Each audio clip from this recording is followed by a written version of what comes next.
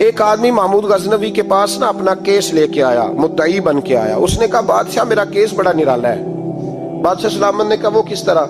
کہنے لگا یہ میرے پاس ایک تھیلی ہے، میں نہ سفر پہ جانے لگا تو یہ تھیلی پوری ہیروں کی بھری ہوئی. فلاں علاقے کے جو قاضی صاحب ہے نا، میں جاتی دفعہ میں کہیں سفر پہ جا رہا تھا تو میں ان کے پاس چھوڑ گیا کہ رستہ لمبا ہے، کہیں کوئی مجھ سے چھین نہ لے، ہیروں کی بھری ہوئی.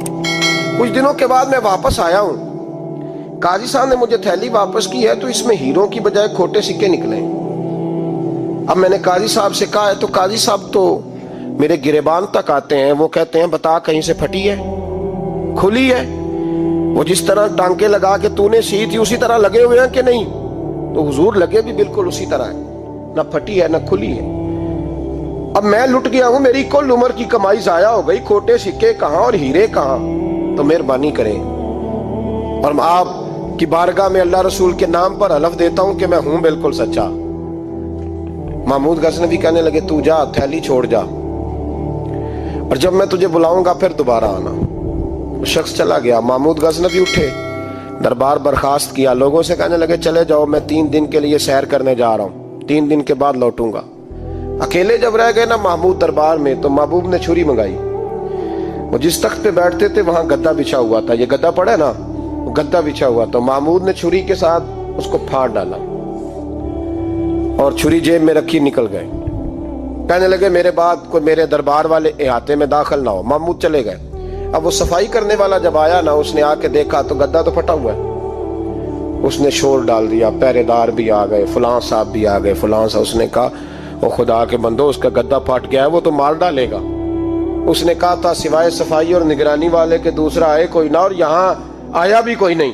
پہلے دن ہی پھٹا ہوا ہے تو لٹکا دے گا سب کو، کیا کریں؟ شور ہو گیا، سارے دربار کے ملازمین اکٹھے ہو گئے. ایک بندہ بولا، کہنے لگا فکر نہ کرو، میں کیسے بندے کو جانتا ہوں، اس طرح سیے گا کہ جس نے پھاڑا ہوگا اسے بھی پتہ نہیں چلے گا کہاں سے پھٹا تھا. ایسا بہترین رفو کرے گا کہ پتہ بھی. اس نے کہا یار ہم سارے 1 مہینے کی تنخواہ دیتے ہیں، تو بندہ بلا. وہ بلا لیا اس کو، اس کا نام محمد رفو گر تھا. وہ آیا، اس کو گدا دکھایا، اس کا یار اس طرح سینہ پتہ نہ چلے. اس نے کہا فکر ہی نہ کرو، میں بڑا کاریگر ہوں. بڑے بڑے کاریگر لوگ نہیں ہمارے ملک میں پائے جاتے، کوئی نشان چھوڑتے ہیں پیچھے بڑے. احمد رفو گر کہنے لگا اس طرح سیوں گا کہ پھاڑنے والے کو بھی پتہ نہیں. ان کا پیسے لے یار تو سی دے. اس نے سی دی، اگلے شام ہی لا کے بچھا دیا گدا. تیسرے دن بادشاہ سلامت آئے، آ کے پہلی نظر گدے پہ ڈالی. اس نے بلایا سب ملازمین کو، کہا کس نے سیا ہے؟ کہا جناب کیا ہوا؟ کہا یہ پھٹا ہوا تھا. کس نے؟ کہا نہیں پھٹا ہی نہیں.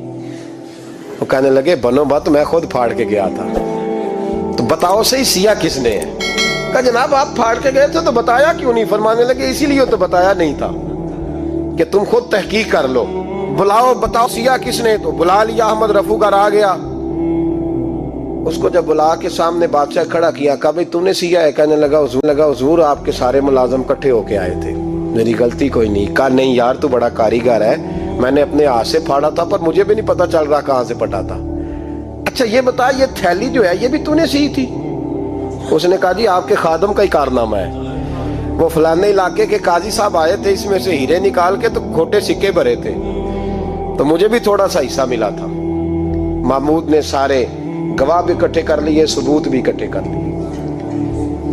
پھر قاضی کو بلایا، پہلے سارے ثبوت اور گواہ کیس حل کر لیا. پھر ہمارے ہاں یہ حال ہوتا ہے کہ مدعی 2-3 ہفتے کے بعد خود ہی ہاتھ باندھ جاتا ہے، کہنا تسی میری جان چھڈو، مجرم پھڑو پاوے نہ پڑھو. وہ کہتا ہے مجھے معافی دو، میں رہا. ظلم ہے نا، ظلم زیادتی ہے کہ جو بیچارہ اتنے سوال مجرم سے نہیں ہوتے جتنے مدعی سے ہوتے. آپ یقین کریں اتنے سوالات ہوتے. سارے ثبوت اکٹھے کر کے قاضی صاحب کو بلایا، تنہائی میں لے جا کے. محمود غزنوی نے کہا قاضی صاحب آپ سے غلطی ہو گئی، غریب آدمی تھا، وہ لٹ گیا ہے، اس نے تو بڑی مشکل سے کچھ ہیرے جمع کیے تھے اور اس کی کل کائنات تھی، تو آپ اس کا مال اسے دے دیں، بات ختم. قاضی صاحب کہنے لگے آپ مجھ پہ الزام لگا رہے ہیں، سوال ہی نہیں پیدا ہوتا.